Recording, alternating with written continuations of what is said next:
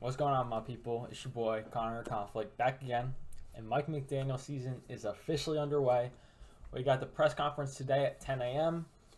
I was in school trying to listen to it in class. It was really choppy, and then the classes switched, so I didn't get to watch all of it, and then I watched it one more time when I got home.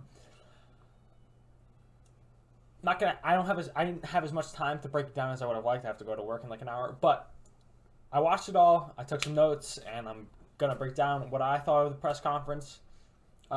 First and foremost, the thing I like the most, and it's funny how people have such a perception of the guy because of how he speaks. Like he doesn't speak like most people I've heard speak. I'll give you credit for that, but if he's always spoke like that, so people are like, oh, everyone's gonna be nervous in that situation. But people are acting like he was like shitting bricks and stuff. Nah, man. But I'm happy that he continues to remain himself, and he quotes that as the biggest thing that's allowed him to rise through the ranks is just being authentic, and people can see through you not being that. So you just see, even in answering questions, he's still being the funny guy and making jokes and whatnot. So first and foremost, I just like that he's continuing to be himself. The media, you're going to tell, is going to love it. He's way more open than Flores was. It's very enjoyable to watch. I'll tell you that much. Right off the bat, in his initial opening statement, obviously he was giving a lot of thanks, thanking the people that helped him along the way, and you could just tell how much it means to him. He was starting to get choked up before he switched it back to football. But it's just nice to see. Like I was nervous as a Dolphin fan with all the allegations and whatnot, and would he even want the job? And he answered that and said, it did not concern him at all.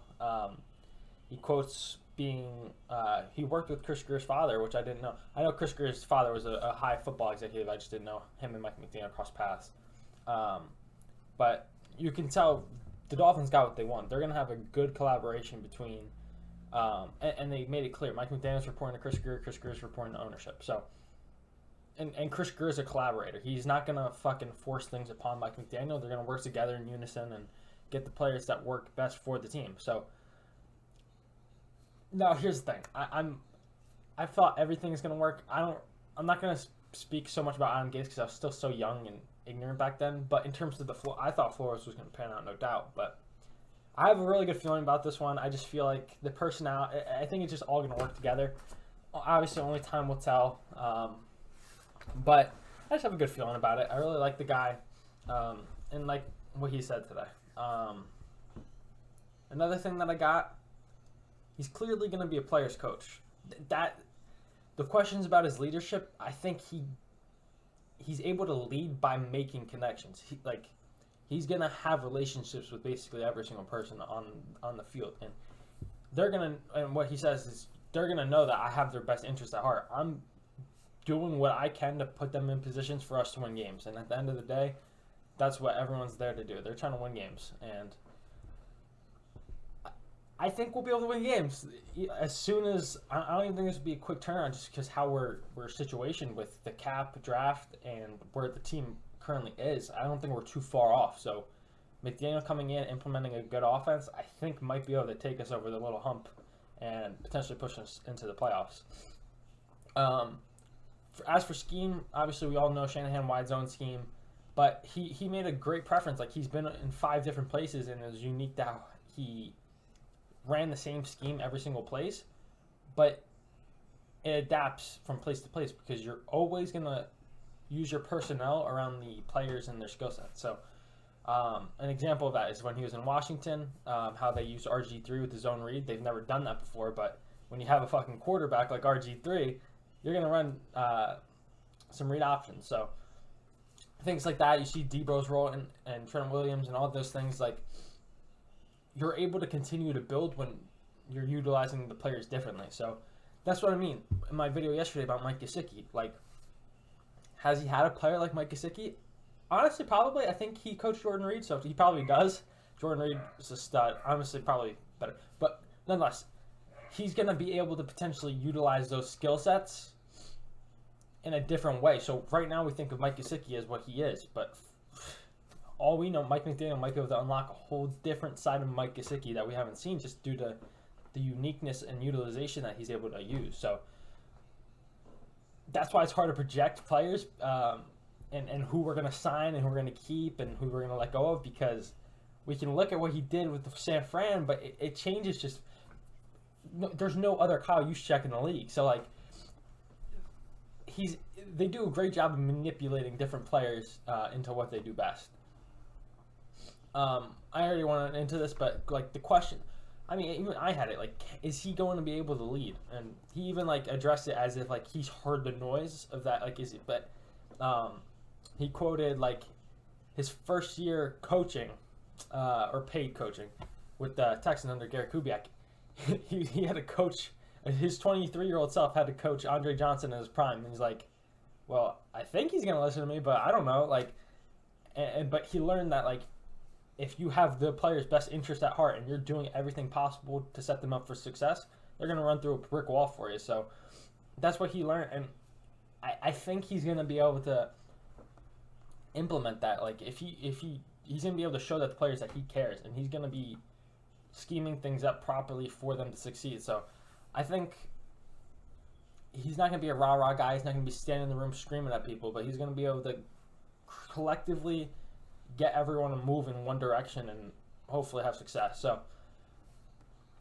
another key part, he's calling plays, which I hope for, because you can tell how creative and smart he is. And it's ideal when you have a head coach that calls plays, because that means they can't get snatched, right? I liked how Flores delegated and he was able to focus on other things, but in terms of offensive play calling, when your head coach does it, they can't get snatched, and you know who it falls back on. And I feel like he's going to be a very good play caller, just based off how you hear other people talk about him, his creative genius and whatnot. So that's that. Oh, and he also quoted, like, the best play callers, they don't just rely on themselves. It's a whole collective unit. There's a whole collaboration upon that. He's going to be obviously the one probably deciding and sending it to the quarterback, but he's not going to block out other people from suggesting things, and it's going to be a group effort, which is key. You want collaboration. You want people to work together. And there's rumors already out there that we're going to be hiring potentially Wes Welker as our wide receivers coach. So that's another coach down in the thing. I'm curious. We didn't actually get any questions on staff, so who knows where that's fully going to go. We're retaining Danny Crossman, so if we're going to keep special teams and defense, that'd be interesting. The last little side note that I have here is, I think this was post press conference when they kind of were meeting on the side. Safid Dean, shout out Safid, tweeted about how he asked him about Jalen Waddle, and he said, "Look at the rack numbers in San Francisco, and that'll tell you how I feel." And it's funny because if you guys watched the video yesterday, probably didn't, but if you did, I was mentioning how incredible San Francisco's 49ers run after catch numbers are. Like, literally, they had 3 players in the top 10 with Deebo, Ayuk, and Kittle. And it's just a testament to the offense and their ability to get their playmakers in space. Like, that is ridiculous. If he's able to get Jalen Waddle in space, there's not many people who can run faster than the guy. So giving that guy the ability to run past people and get the ball in open space is something literally we saw one time last year against the Panthers.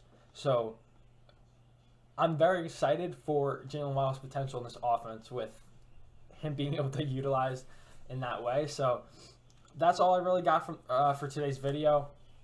I could have probably gone in a little deeper, but like I said, I'm crunched for time.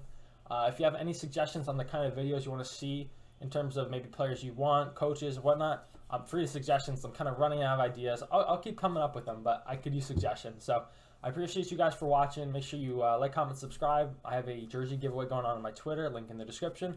And until next time, I'll catch you guys.